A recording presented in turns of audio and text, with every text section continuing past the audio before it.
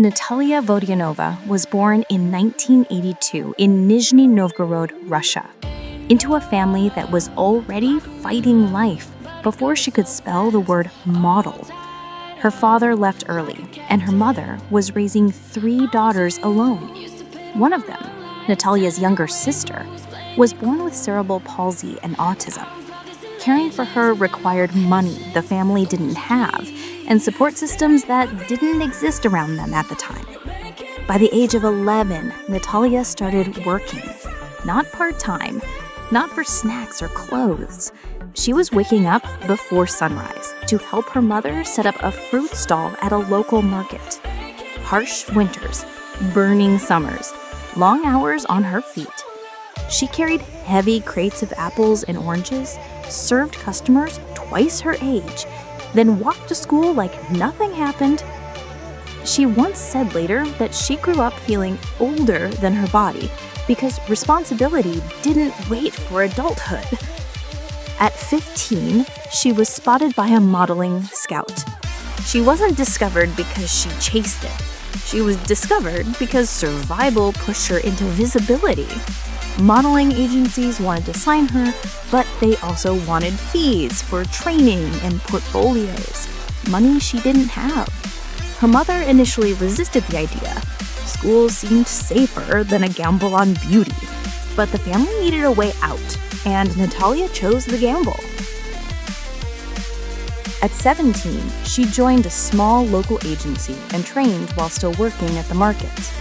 She learned how to walk, pose, and audition, but the bigger lesson she mastered unknowingly was how to handle rejection without breaking, because she had already been rejected by life's unfairness since childhood. Then came the chance to go to Paris at 18. No sponsors, no hotel bookings, no celebrity meeting her on arrival. Just a ticket and around $100 in her pocket. She didn't even speak French, and her English was basic. She attended castings where other models arrived with stylists, portfolios, perfect prep. Natalia arrived with potential. That's all. The rejections were brutal at first. Some brands told her she looked too simple. Some said she looked too young. Some said nothing and moved on. Weeks passed. Castings passed. Confidence was tested daily. But she kept showing up day after day because quitting wasn't a luxury she knew. After months of struggle, she finally got booked, then booked again, then repeatedly. And within 2 years, she became one of the most requested faces in fashion. Not because her life got easier, but because her endurance became a quiet proof you can't Photoshop into a person.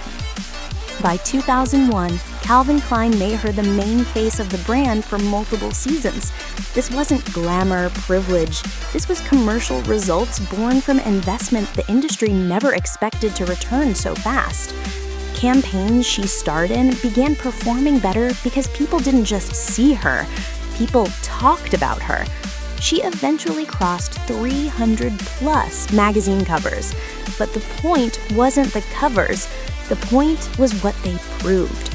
A girl from a market stall became a global face without a start the system usually approves. Even when she reached the top, she didn't disconnect from struggle.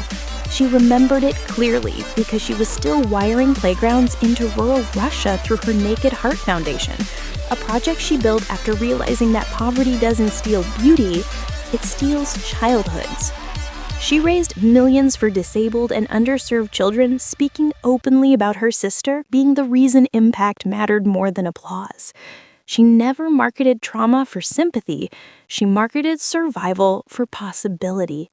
Natalia Vodianova is the evidence that a background can be heavy, a system can be uninterested, a journey can be unfair, and a woman can still outlast the statistics.